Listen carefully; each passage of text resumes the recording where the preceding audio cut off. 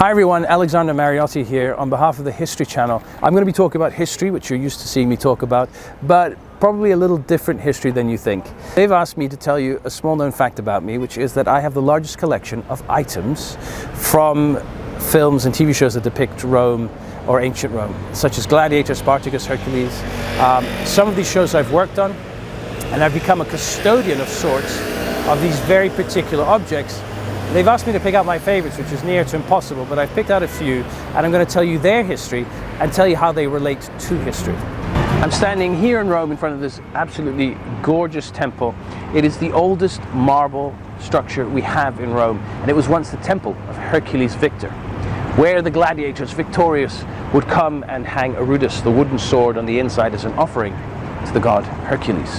And I'm here because I want to talk to you about this. First of all, please do not worry, it is absolutely not real. I don't want anyone to get upset. No mythological lions were killed in the making of this. Now, what is it? Well, it's the head of the Nemean lion, the very lion that Hercules defeated with his own bare hands and subsequently wore the pelt. But actually, it's worn by the actor Dwayne "The Rock" Johnson in the movie Hercules. So this was his hero helmet for the entire film. I have it on a plinth in my office, and I always find it's a great conversation piece. People walk in and say, "What the heck is that?" And I tell them it's the head of the Nemean lion. Hercules, he's a deity I'm absolutely fascinated with, as were the gladiators. They worshipped him. Hercules is one of my personal favorites. In fact, you can see I carry Hercules with me wherever I go, right there. The idea of Hercules is that really he's the first superhero.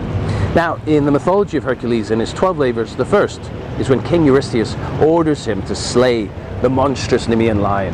And its hide is so thick that when he shoots with arrows, it doesn't penetrate it. So he has to wrestle with it. In fact, there's many famous images of Hercules with his arms locked, trying to choke it. And eventually he breaks the lion's neck, trying to cause it as little suffering as possible. Eventually he takes a tooth from it, he slices it open, and he wears it.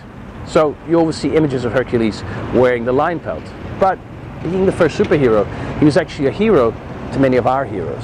For example, Alexander the Great believed himself to be the reincarnation of Hercules, and so he wore a lion pelt just like this one. The Emperor Commodus, very famously in the movie Gladiator, son of the great Emperor Marcus Aurelius, he was the gladiator-crazed emperor who believed himself Hercules. And if you go to the Capitoline Hill, you will see him wearing, in beautiful sculpture, a pelt exactly like this one. Check out Colosseum, only on the History Channel.